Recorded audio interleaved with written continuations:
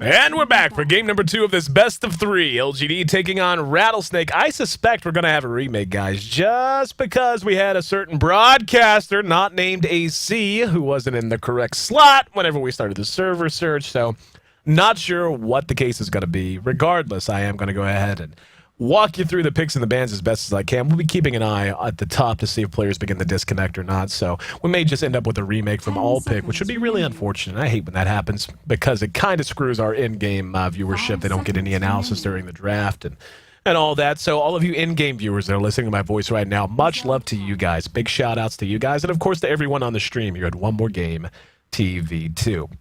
As is, though, LGD gonna go ahead and say, you know what? We don't need Kabu on Clockwork. Nah, we don't want it. We don't want to deal with that. And I don't blame him a bit. Kabu, an absolute monster on Clockwork. And I mentioned before that if, one of the awesome things about picking up an in-game ticket, which all of you should do for the G-1 league, by the way, but one of the awesome things, outside of being able to watch at your own convenience, at your own leisure with commentary in-game, is you can do stuff like, you know what, I want to learn how to play Clockwork. I really want to see how that's done well at the highest level. And then you go, okay, Kabu plays an awesome Clockwork because Ayesee told me so. So then you go and look through the replays and you find a replay of Kabu on Clockwork, and then you can just watch it. You can just center the camera on him the entire game. And everything is cool. But just a suggestion. Lone Druid going to make it through again. Why do they not ban the Lone Druid? Ban the Lone Druid! Lone Druid. Probably, this is just off the hip. I haven't exactly been keeping stats. Where's Bruno when you need him?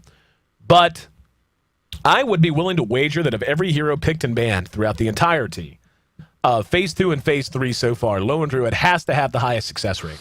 Has to have the highest win rate.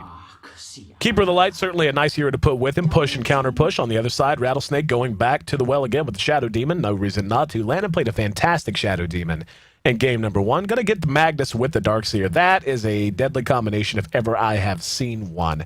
And there's a lot that you can put with that to make it even more deadly. Any kind of AoE team fight potential is going to just love any hero, a Queen of Pain, hell, even a Gyrocopter, so on and so forth. You see a Magnus and a Darkseer, you're going to be a happy camper for that game. And I really like what Rattlesnake's doing already. Rattlesnake had a lot of magic damage, and we saw what happened when they actually were able to put it all together the way they wanted. They landed a 4-man RP, and LGD International just exploded. Like, right now, there are still pieces. There's a crack in the Earth's crust from how vicious that team fight was. No exaggeration, it is beneath my feet because I was stomping and jumping up and down. I was so excited. LGD going to answer back with a Juggernaut, a great hero to respond to what Rattlesnake has put together. And Juggernaut, a hero, is making a comeback in a big way. I mean, he never really fell off completely. He really saw his resurgence following the International too, thanks to Puppy and company over in Na'Vi. But for the most part, when I look at this lineup already out of LGD, 2 things stand out. 1, they're going to be able to push like hell. 2, it's going to be very hard to push into them. And 3, Juggernaut doesn't afraid of anything. He's a hero who, against this lineup that Rattlesnake has put together, against any magic damage-based lineup, just does not care. Because of Omni Slash, because of Blade Fury, his ability to bounce back and just turn a fight around after, even if he's caught out by an RP, his ability to just escape out of bad situations using Omni Slash, and of course the magic immunity that comes with Blade Fury, not to mention the amount of mid-game damage that Blade Fury can do. And what we're seeing Juggernauts do a lot more lately, and I actually haven't seen it here in G1. I've seen it a lot more in North American and European Dota. But what I think would really fit LGD's approach so far with these first 3 heroes in the Lone Druid and the Keeper is if he goes something like Drum's Shadowblade, not Battle Fury. But if he goes something like Drum's Shadowblade, or just some other kind of mid-game centric build that is going to allow him to capitalize on his potential in the mid-game, and then don't worry about the late game. Lone Druid is going to do just fine in the late game. There's almost no hero in the game that, all things being equal, is going to be more potent past 35 or 40 minutes. So don't worry about Juggernaut scaling there. Don't worry about Juggernaut doing anything but what he should in the early game. Get a couple of points in the healing ward, get him as much farm as you possibly can, possibly offensively tri-lane him here, which, I mean, anytime you see a Lone Druid pick up, the potential for the offensive tri-lane goes up immensely. And this is for all you kiddos at home looking to learn how to read drafts a little bit better.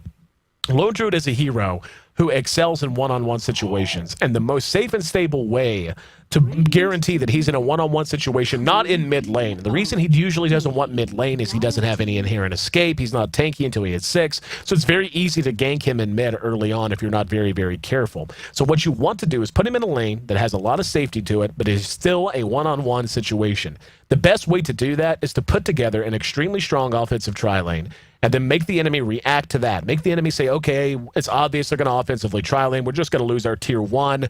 Our tier 1 in the safe lane if we don't put up a really solid defensive tri-lane against it, and then try to isolate the lone druid that way by forcing the enemy to react to your offensive tri-lane. And that looks like what we're going to have now. And this is very potent out of LGD if they do end up running a tri-lane composed of Keeper, Jugger, and Sand King. Now, Keeper of the Light is not the best in an offensive tri-lane. Well, let me rephrase that.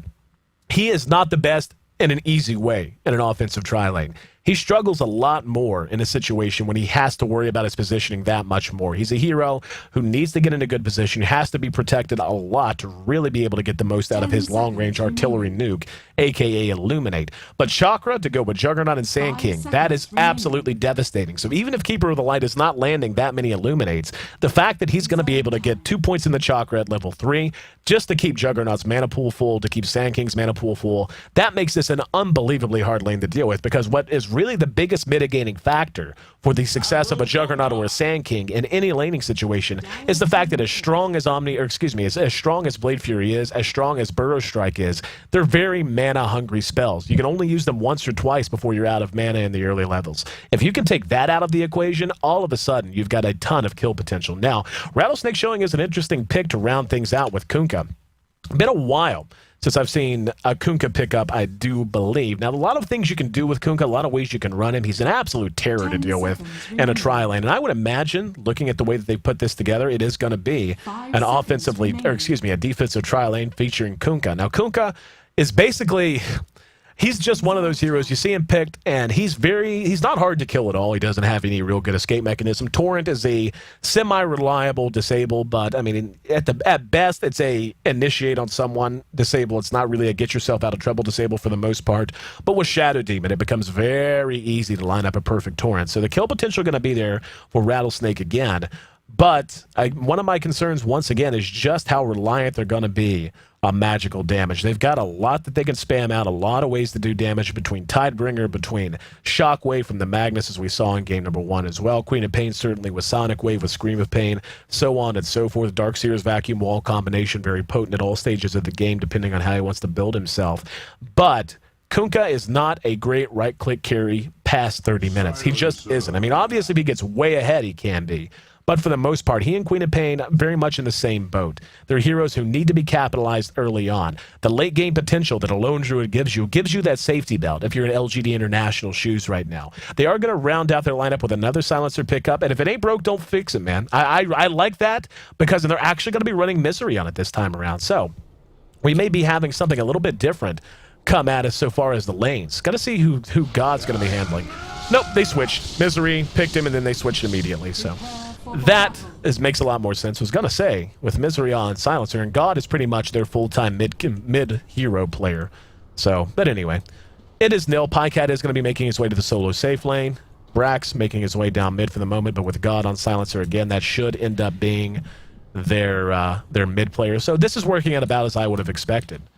And Rattlesnake going to have quite a potent lineup to deal with the offensive tri-lane coming out of LGD, but it's going to be one of those situations where Rattlesnake has plenty to deal with it, but if they give up 1 or 2 kills, it's going to be disastrous. These heroes cannot fall behind in levels, and they've got 3 heroes that can all, hell, they've got 4 really, they can all viably run a solo mid or a solo long if up against a Lone Druid. So we'll have to wait to see exactly how they want to do this. They may just put Sag in the jungle to start out on the Darkseer, Queen of Pain mid, Kunkka in the defensive tri-lane as mentioned, and then offlane the Queen of Pain, or any number of things. I mean, I'm trying to think of all the ways that they could really reliably answer this without putting themselves at too much of a risk.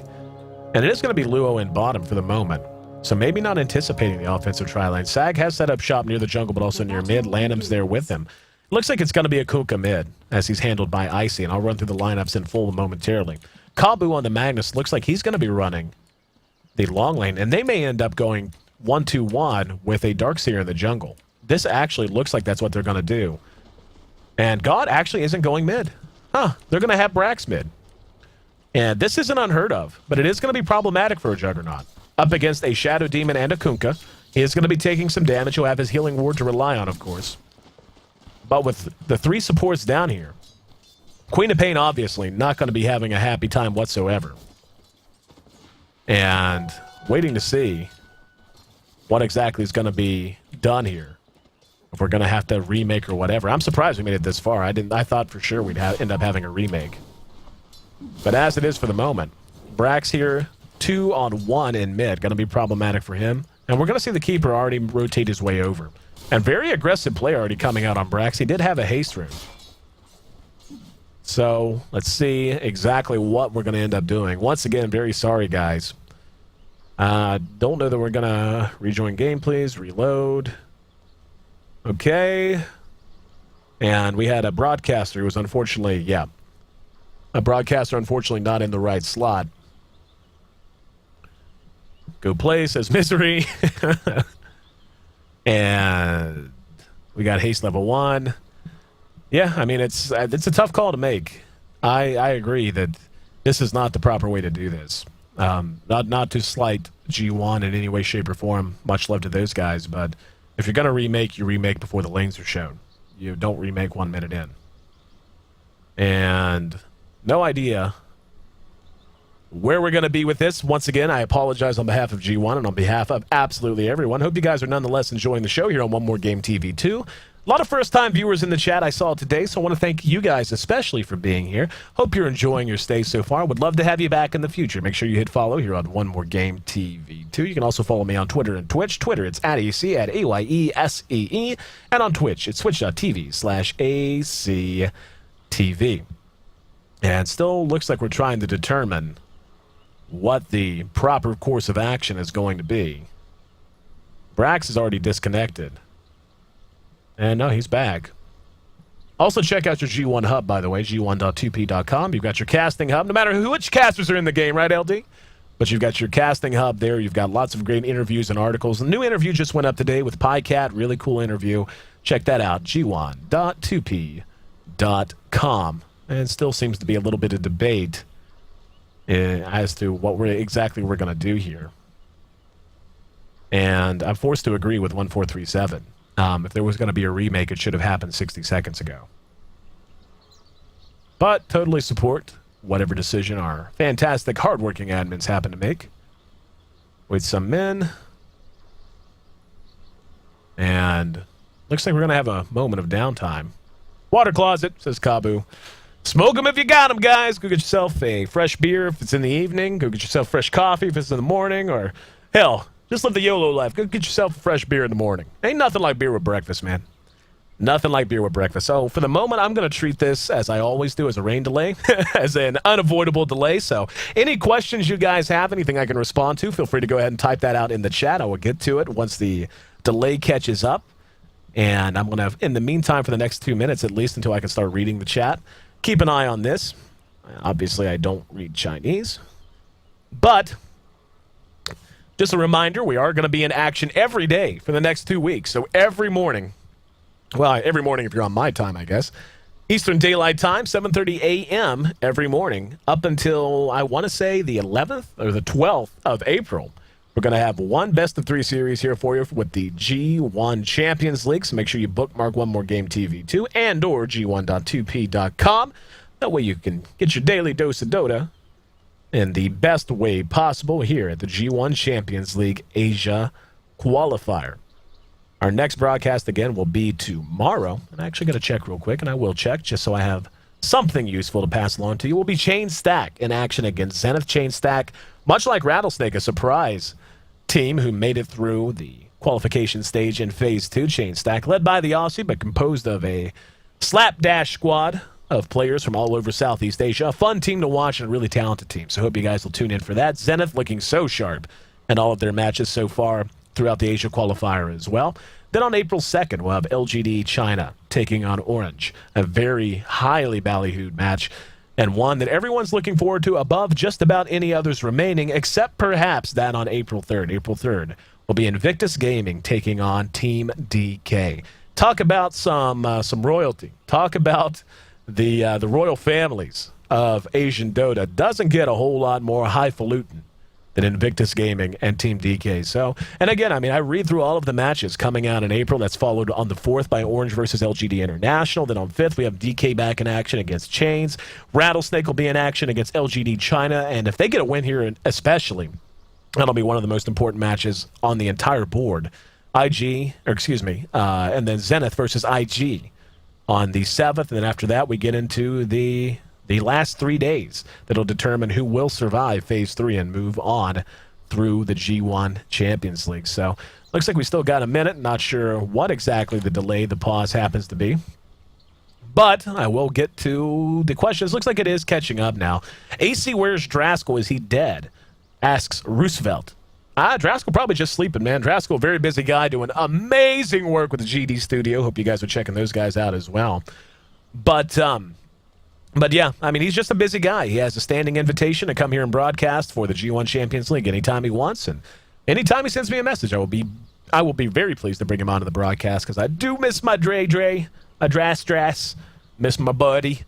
Let's see. What's your favorite Halo juice? So far, mine has been Tribeca. Asks OMG it's Rob, and that's in reference to the big long Reddit post I made for those.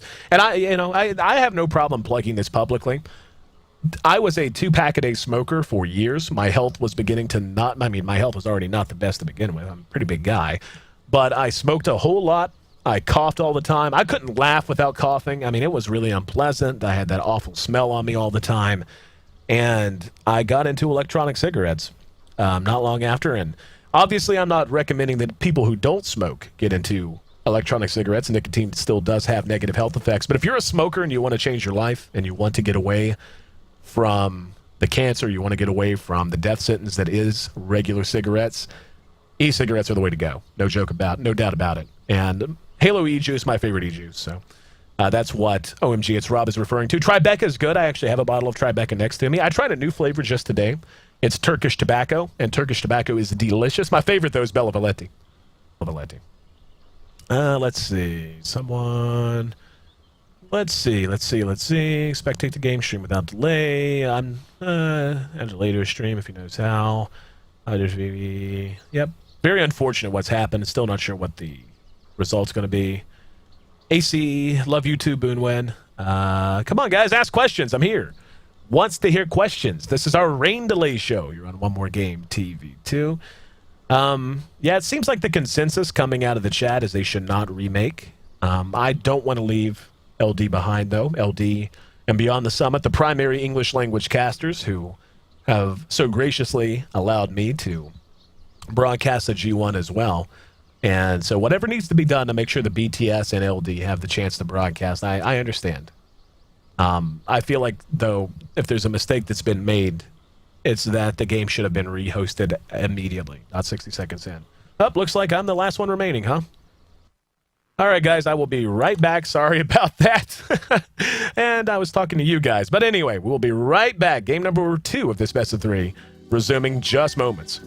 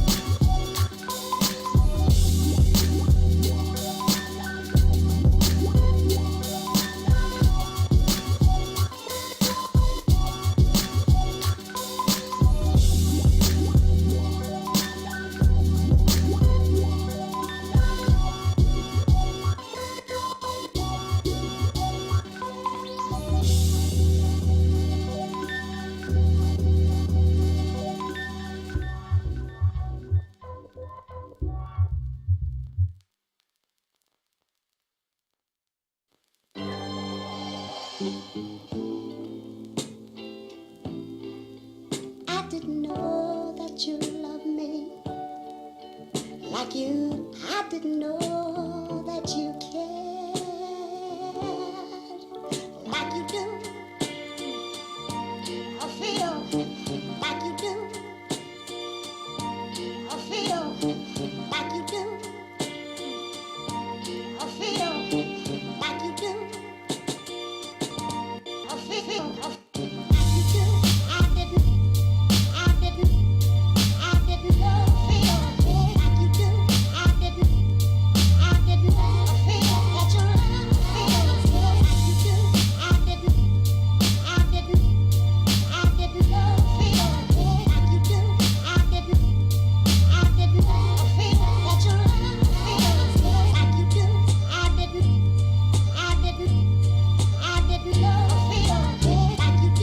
I didn't love feel like you do. I didn't feel that your love feels like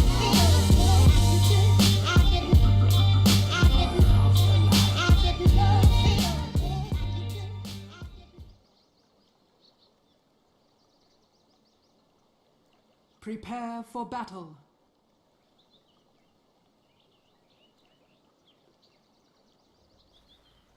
And we're back.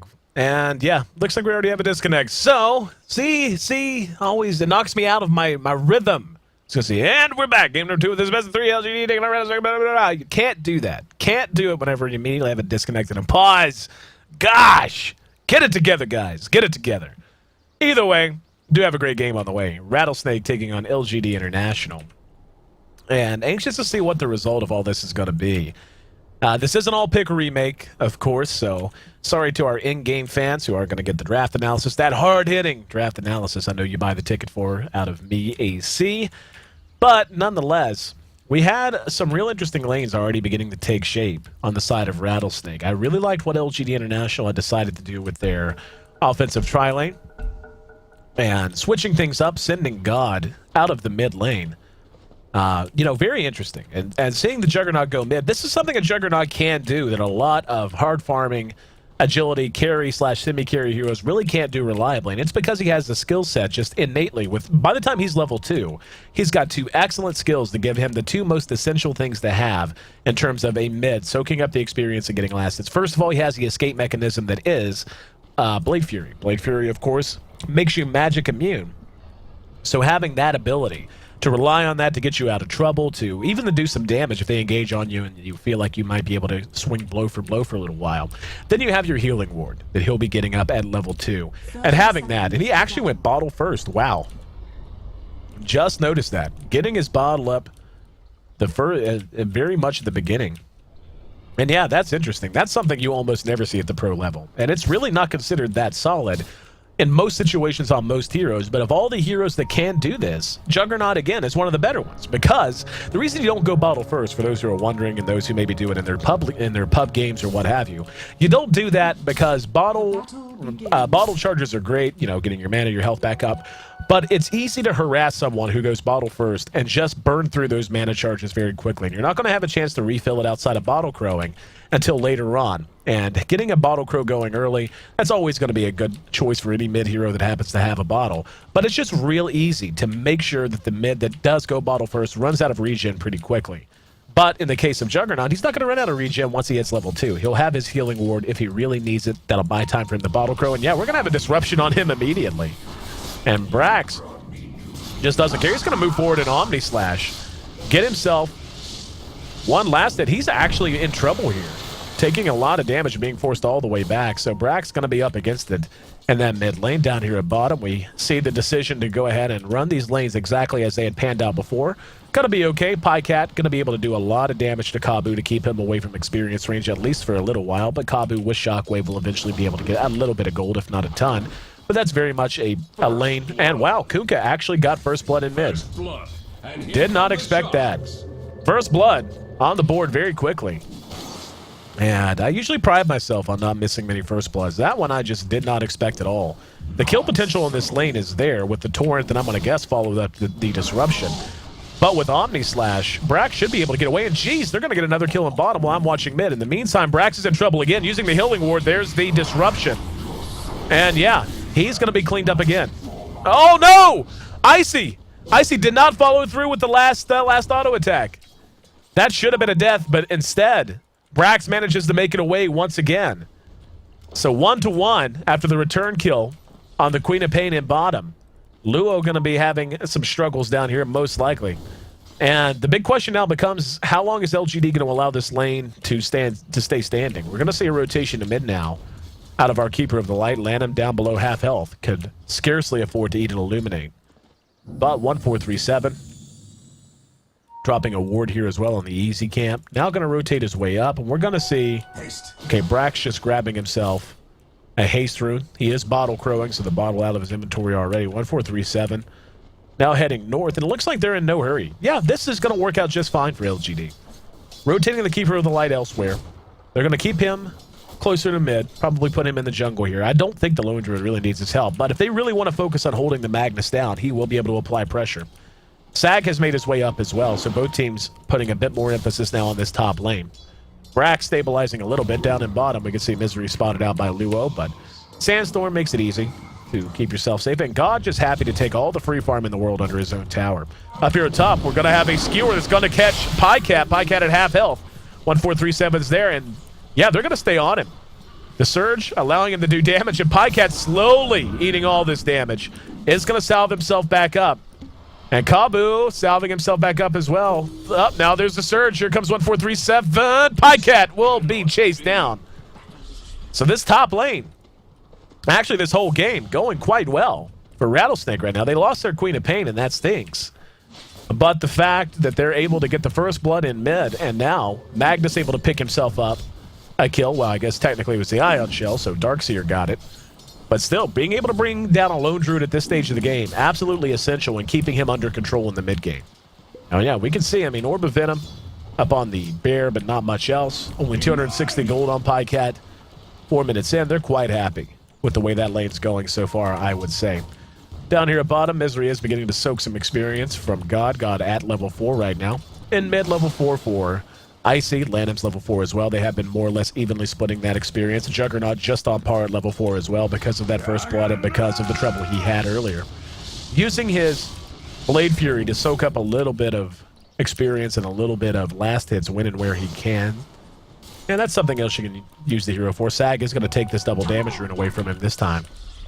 He's got himself up now. He will be spotted by Misery. He's going to eat an auto attack, and Misery just going to continue to auto attack for the moment. He's got help coming. Sag will be able to surge himself away, and I'm actually surprised Juggernaut did not pursue that out. He was right behind Misery, and I said he had help coming that just never showed up, but with Surge, understandably so, he's going to be able to surge himself away, no biggie. God has gotten treads again. And here in mid, we see that healing ward keeping Brax in fighting shape. Illuminate will come out, do a little bit of damage. So 1437 doing his best to keep Brax up and fighting. Being able to contribute Chakra to Brax's mana pool, absolutely essential as well. Going to reduce the need for bottle crowing. Going to take a little bit of emphasis off of rune control. And we are going to see the bottle being crowed a bit still, yeah. But so long as Misery, 1437 stays in range, he's going to be able to help Brax out a ton. Now we're going to see Misery spotted out. Spins his Burrow Strike, and now here comes God. They're going to engage. There's the Blink, and Luo going to be surged away. In the meantime, Ion Shell damage being done by Sag. Can they catch him? Not enough for a Burrow Strike. Here's Brax. Brax is there to help clean that up. And Silencer got the kill there. Now, Silencer being involved in a lot of early kills is actually a pretty big deal. And it's much like the Pudge effect. Because of the way Glaives of Wisdom work, we can already see he soaked up 2 total stolen intelligence there. So that's going to help him with his mana pool. It's going to help him with his right-click damage, such as it is.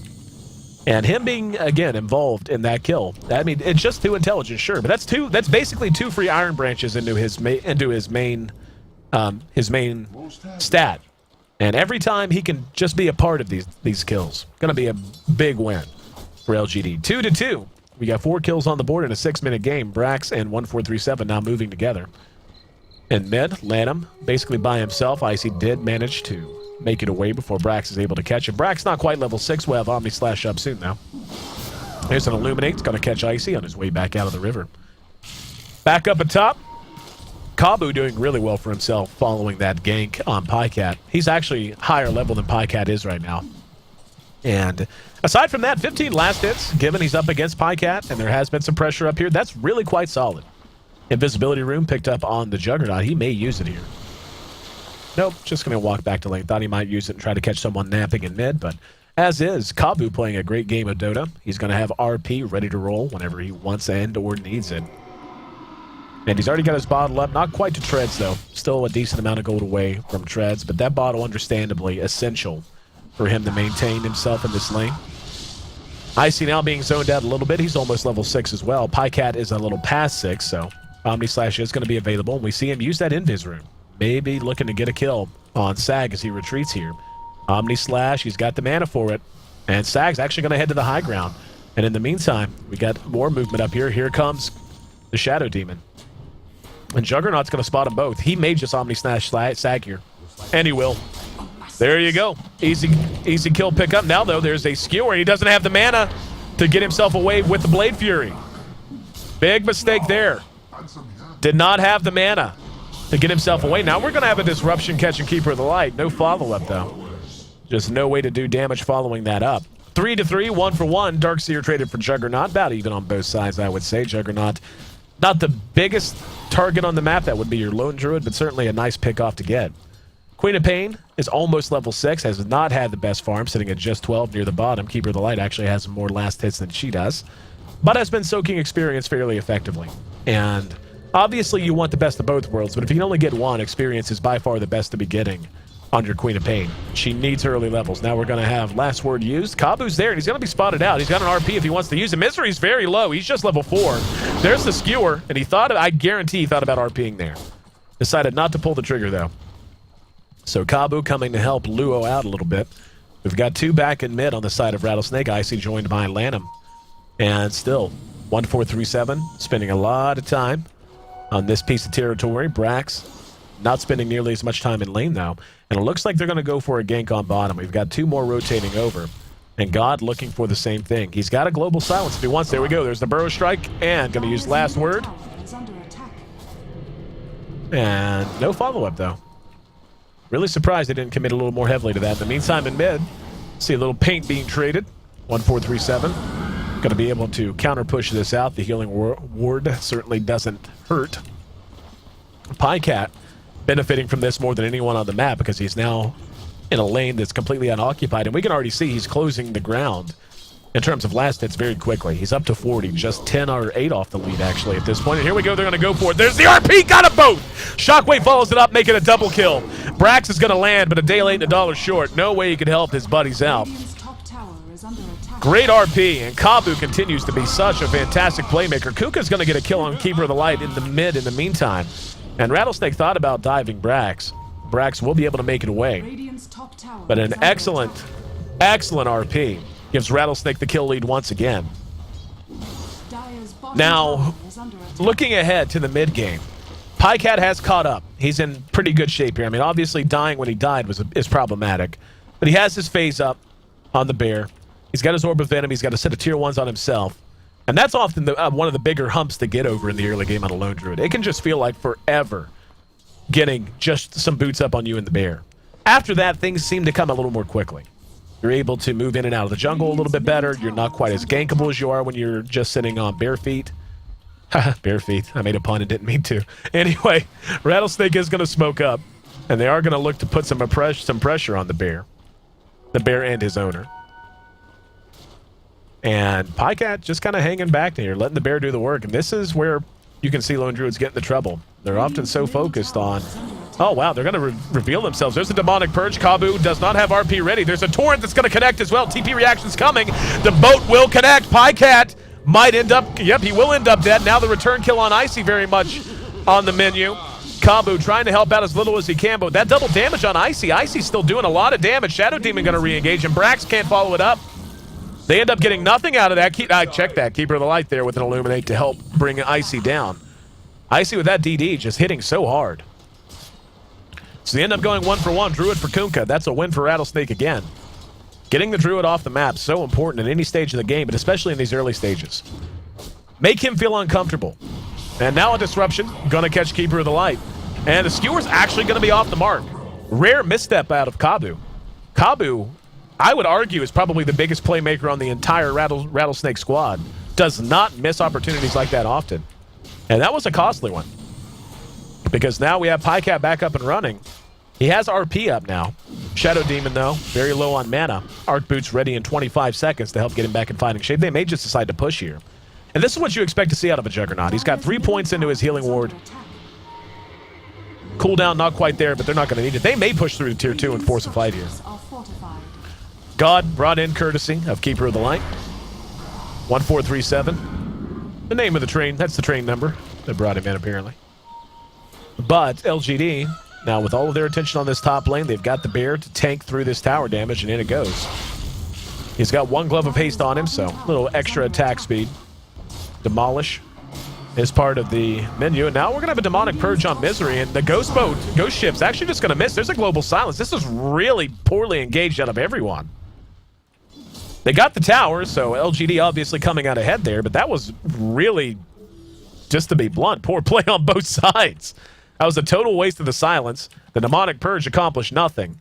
The boat didn't connect. As is, though, Rattlesnake does lead in terms of kills. The gold just about even, though. We're talking 500 to the advantage of Rattlesnake, so they are still at least a little ahead. The experience where they're winning the battle the most, though, and that's really where they need to be, given the lineup they've drafted.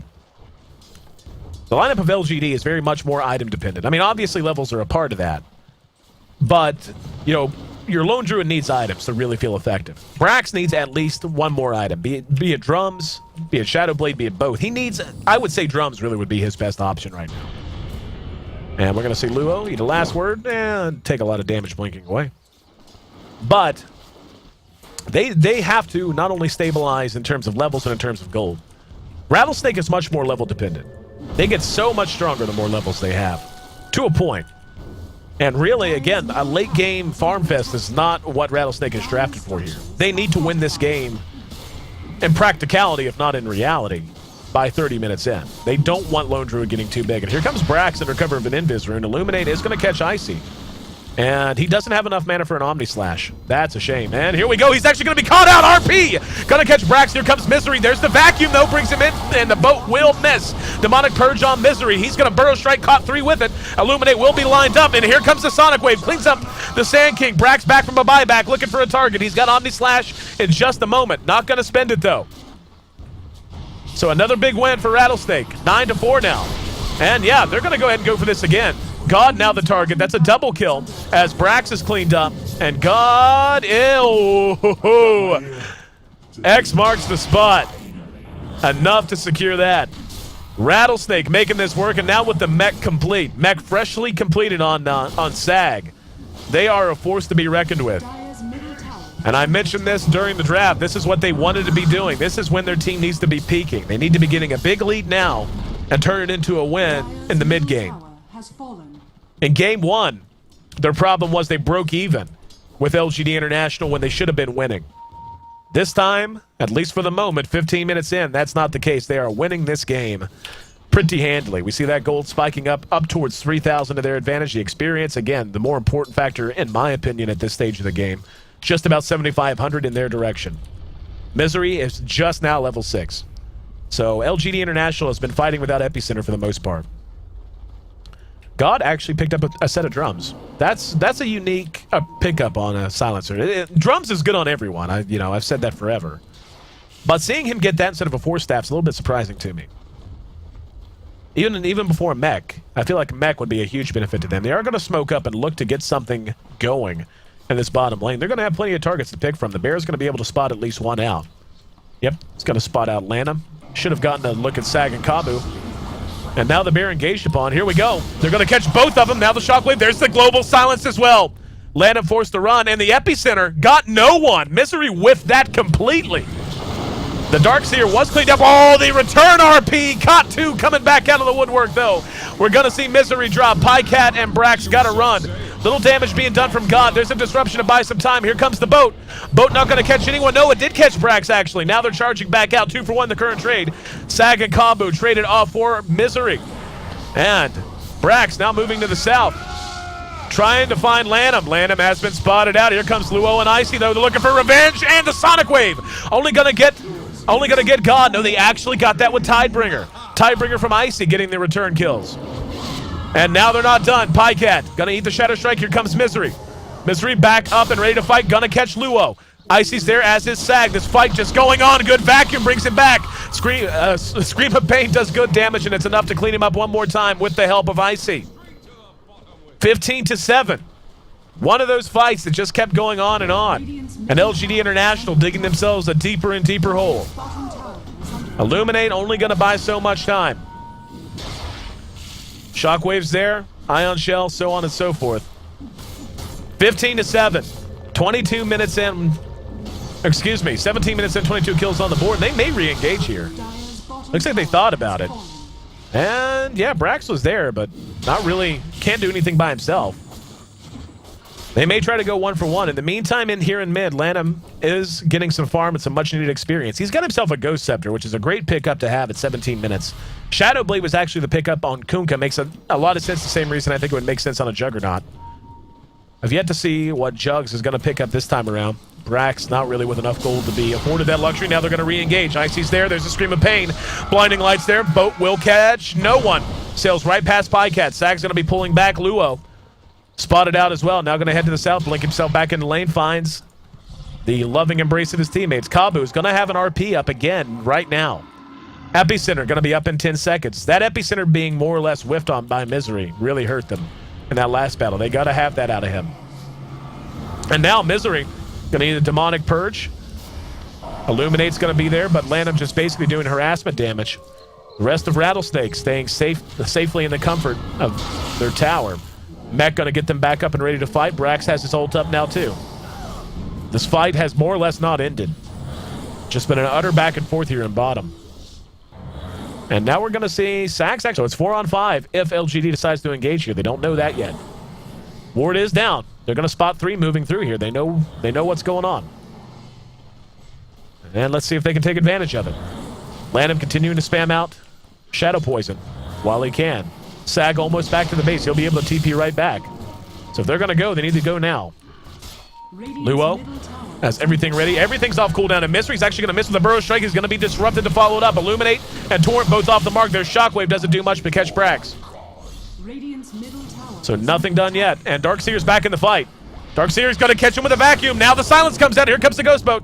We're going to see Misery have to make a run from Lanham. Brax able to retreat via the Blade Fury. In the meantime, the rest of the team spread out. And we're going to see Queen of Pain re-engage, get 1 kill. That's a mega kill and an RP. Going to catch Pycat. Sonic Wave to follow it up. And God going to try to make a run, and once again, unable to get away thanks to X marks the spot. Only 1 point, all they need. Down here, the fight rages. Brax still alive, not for long, though.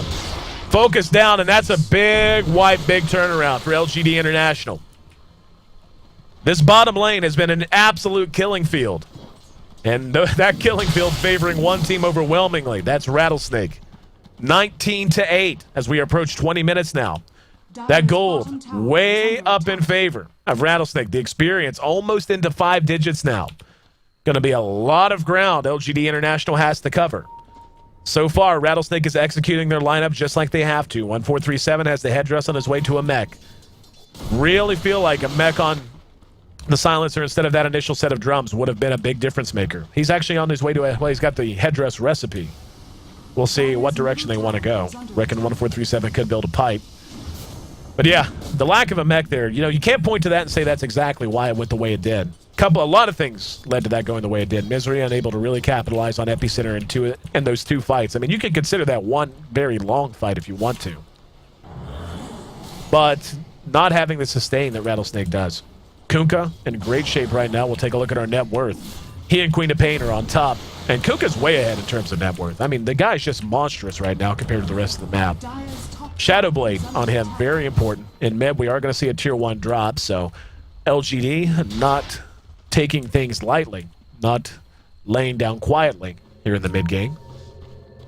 They get themselves their 2nd tower of the match, and now Misery looking like he's ready to take another. Magnus has completed his Blink Dagger, the most essential item for any Magnus. Going to be a pipe for Sag on the way. Ghost Scepter done on Lanham again. I mentioned that. I love that pickup. Yule Scepter actually out from Queen of Pain. Now that's interesting to me.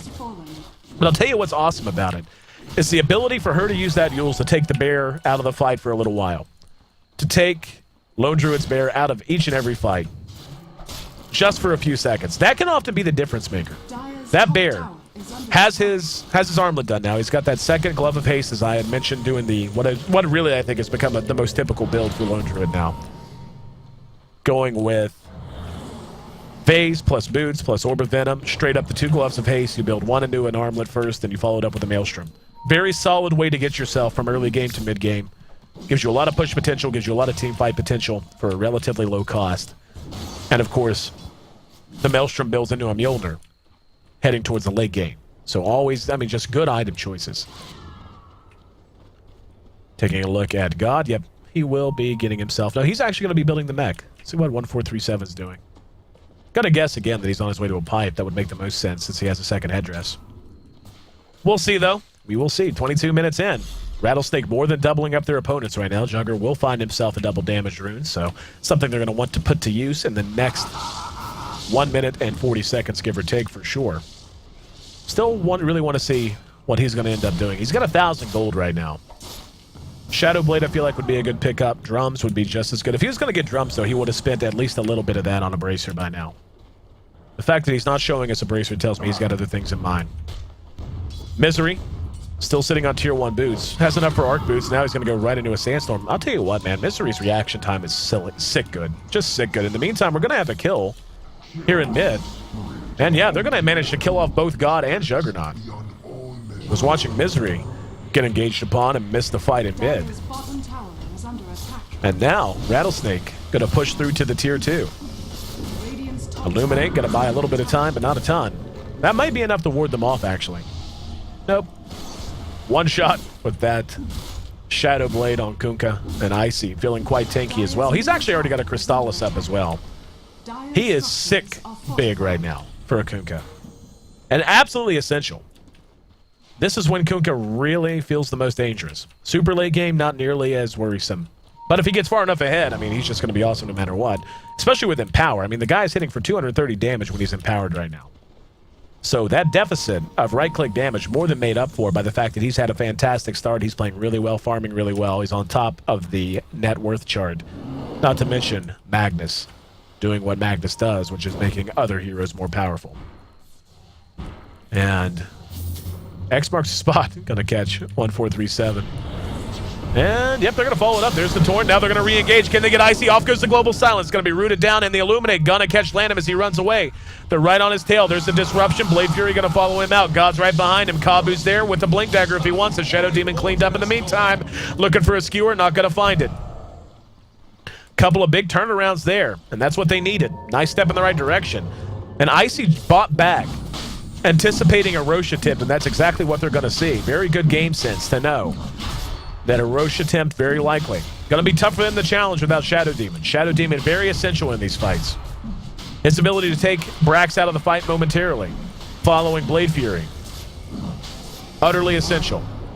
Rosh is down below half. Let's see how much they want to commit to trying to challenge this. Misery spotted out, needs some damage. He's got an Epicenter ready to go if and when he wants to use it. Obviously doesn't want to use it now, or can't use it now when he's taking damage. Now he's going to be used by the Queen of Pain, and Sonic Wave's going to be there. Misery is cleaned up, though.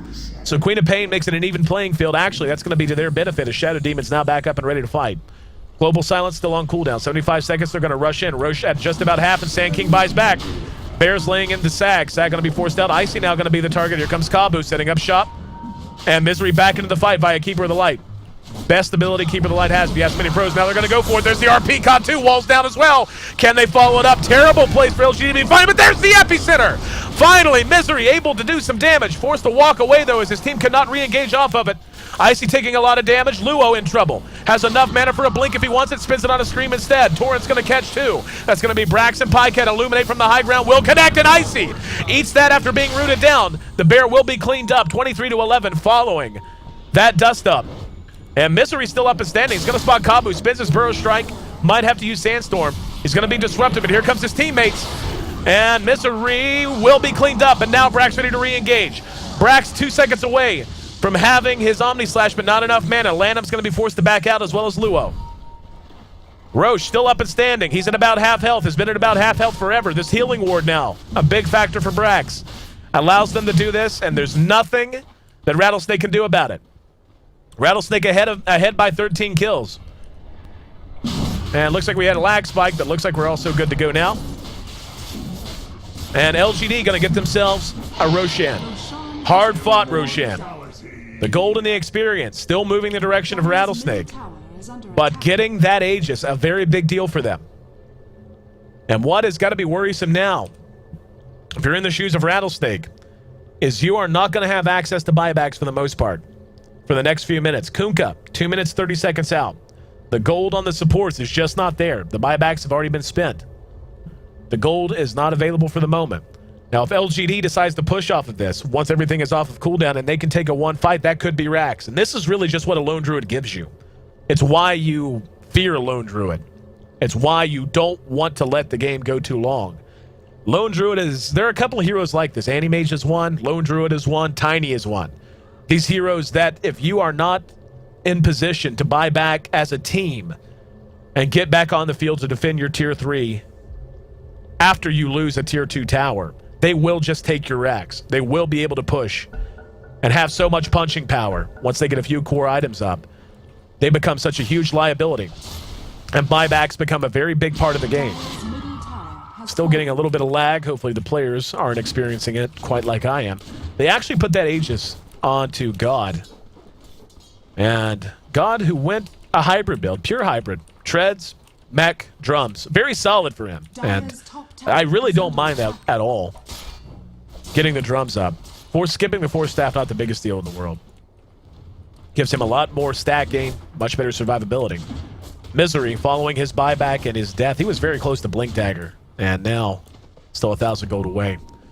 1437's got 1,700 gold in the bank. Again, most likely headed for Pipe. Now, Pipe's a big item for them.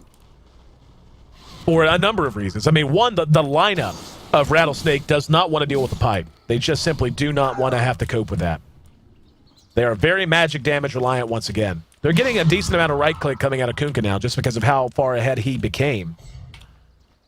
And Queen of Pain is right there with him, but the Lone Druid is closing that gap now. Still yet, 4 of the top 5s belong to Rattlesnake in terms of pure net worth.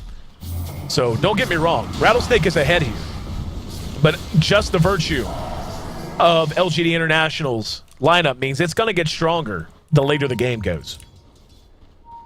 Even the Juggernaut arguably has more late game carry potential than the Kunkka does, depending on what he wants to build. He did opt to get drums, by the way, which I don't think that's a surprise. I thought that was going to be a pretty typical item pickup for him here.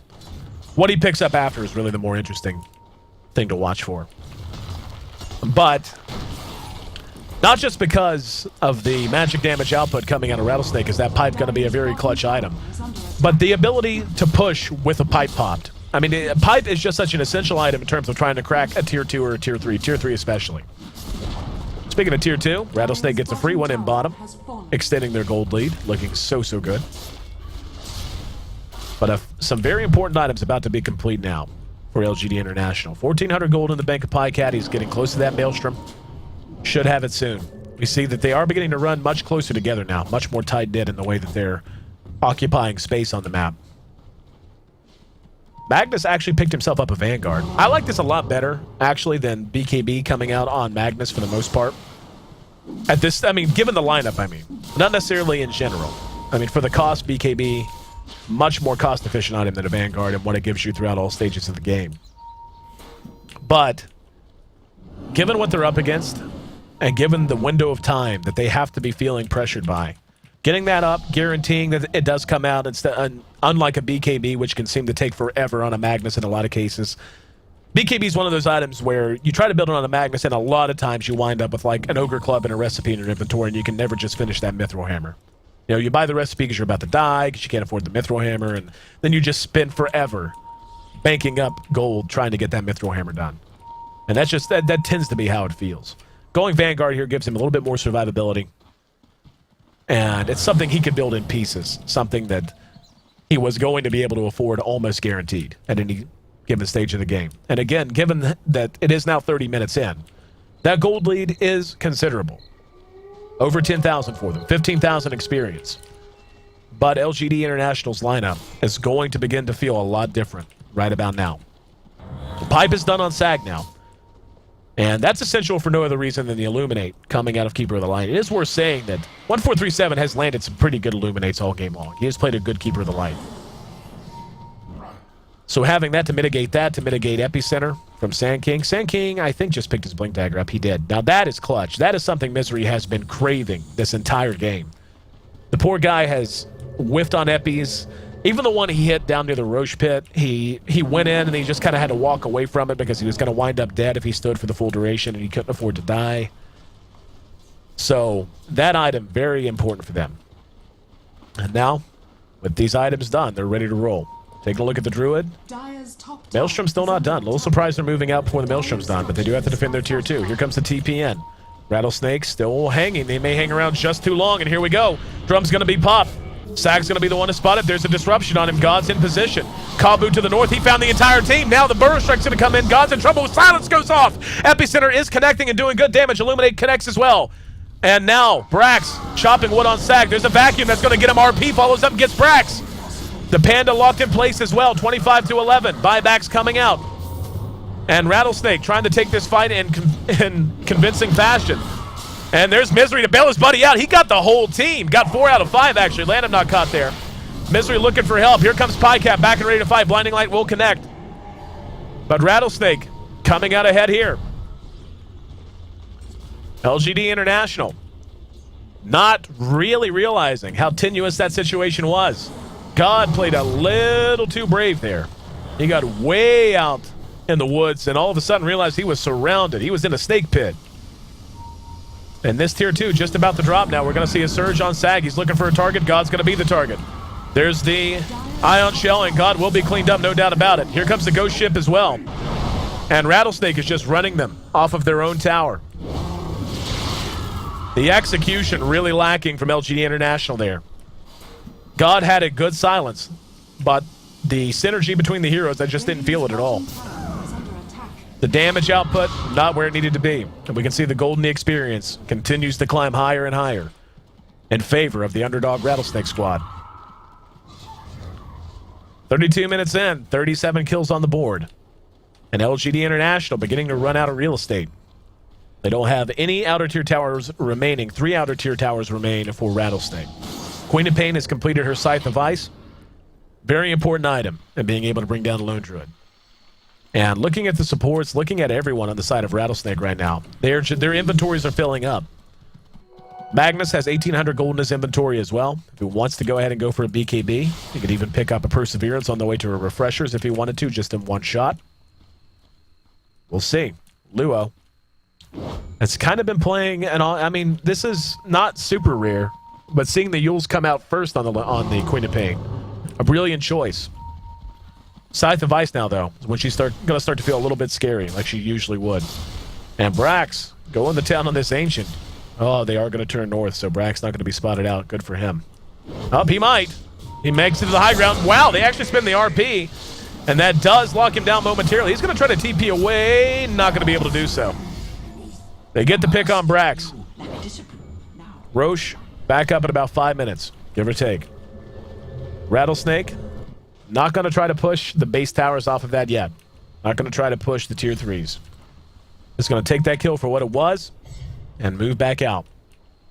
Continuing to extend their lead. They're up to 15,000 gold now. 20,000 experience now their lead.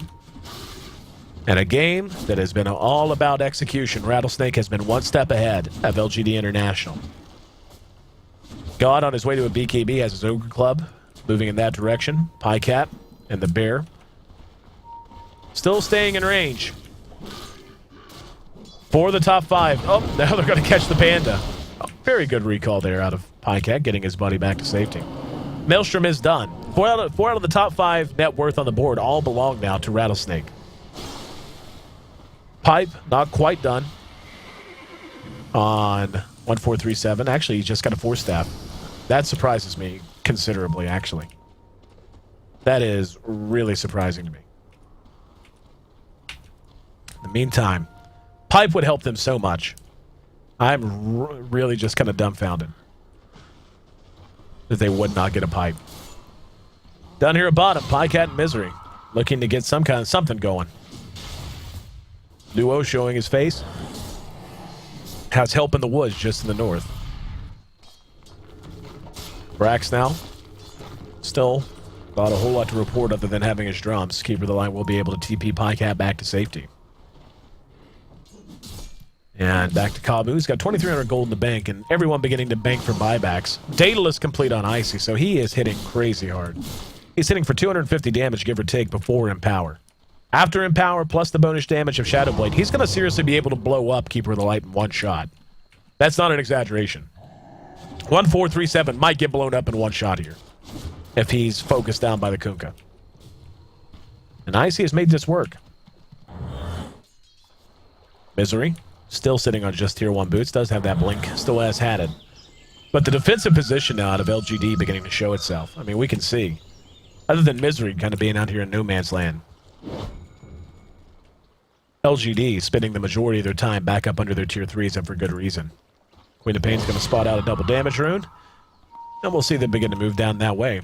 Roche going to be the next target for sure. And we can see the countdown will wind itself down. Ka-chunk, Happy New Year. Happy New Roche. This could be a game-deciding fight here. LGD needs to get into position if they want to challenge this. This Roche is not going to last long.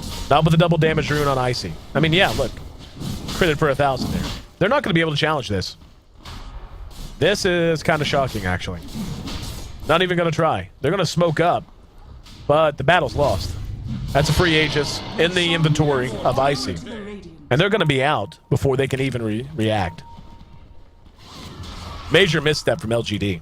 Lack of vision killing them. And obviously that's due to the gem that's been picked up by Lanham. But still. And now, yep, they're going to go ahead and engage on God. There's Sonic Wave, only going to catch one. Can they get him? God gets the silence off. Now the re-engagement. Mech go off on both sides. Here comes the epicenter doing good damage, but not enough. Just not enough damage. Kabu is being focused down for the moment. Will spend his RP, but got nothing but the bear with it. Nothing but the panda. Ayesee still up and fighting. Illuminate will do good damage, and so far stringing this out is going the way of LGD. Buyback has come out of God. There's a vacuum, though, to help clean one up. Brack's now in trouble. Aegis is popped. The Veil Boat will live up to its title. Lanham charging back out. God right back up, though. Use his last word on Lanham. Lanham goes Scepter. Sag now going to be Burrow struck by Misery. Here comes Ayesee fresh off the respawn. Wow! Double, triple kill, actually. He got everyone with that one big crit. Make it an ultra kill and make it a game 3, I would think. Ayesee rolled into what looked to be a one fight anyway. Swung that sword. Got himself an ultra kill and will get himself a set of racks now. 33-12. This game all but decided. It's all over but the crying. And Rattlesnake, yep, there come the GGs. Rattlesnake showing why they are one of the most buzz-generating teams in Asia right now. A team that had not seen play in its current iteration until mere weeks ago. They got past Orange. They beat MUFC. And now pushing LGD International to a Game 3, pushing them to the limits here in Phase 3 of the G-1 Champions League Asia Qualifiers. Fantastic squad with all the upside in the world, and LGD International's got to be scratching their head right now. There's really only so many ways to say it, and really the most accurate way to say it is to just call it how it is, man. LGD International got outplayed. I felt like they had a good lineup that could deal with the picks of RS. But the execution, just not there, and Rattlesnake rolls to a 38-minute, 53-second win, 33-12. And a pretty lopsided one at that. I'm Ayesee, and you're here on One More Game TV2. You're watching the G1 Champions League Asia Qualifiers Phase number 3. LGD International versus Rattlesnake. Rattlesnake knots it up. We're going to a Game 3. Game 3 of this best of 3 heading your way next. Stick with us here on One More Game TV2. Be right back.